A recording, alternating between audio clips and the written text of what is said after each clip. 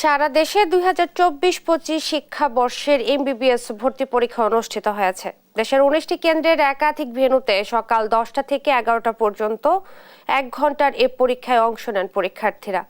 এবছর আবেদন জমা পড়েছে 1,35,261টি।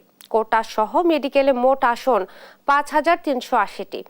এ হিসেবে এই বছর একটি আসনের পরিবর্তে 25 জন পরীক্ষার্থী ভর্তি পরীক্ষায় অংশ নিয়েছেন। সকাল 8টা থেকে তল্লাশি শেষে কেন্দ্রে প্রবেশ করেন এসব পরীক্ষার্থীরা। পরীক্ষা শেষে ভালো ফলাফলের প্রত্যাশা করেন শিক্ষার্থীরা। এদিকে ঢাকা রেসিডেন্সিয়াল কলেজ কেন্দ্র পরিদর্শন শেষে স্বাস্থ্য উপদেষ্টা নূরজাহান বেগম বলেন, আসন বৃদ্ধি নয় বরং কলেজগুলোর সক্ষমতা বাড়াতে কাজ করছে সরকার। দেখছি সবকিছু বেশ সুশৃঙ্খলই ভালো লাগছে আমার কাছে।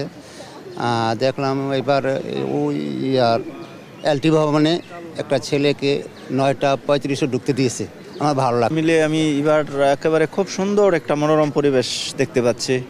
কেউ কোনো হইচিল্লা নেই, মানে সবাই সবার মতো করে ইনশাল্লাহ বসে আছে, কথা বলছে। এমনি পড়ুয়া, তারপর আশা করছি যদি টিকে তাহলে আমাদের মতন সুখী আর খুশি পৃথিবীতে কেউ হবে না। সংক্ষিপ্ত সিলেবাসের বাইরে থেকে তো কোশ্চেন আসছেই, মানে গতবার যেই অধ্যায়গুলো থেকে কোশ্চেন আসছিল না, এবার আসছে মোটামুটি।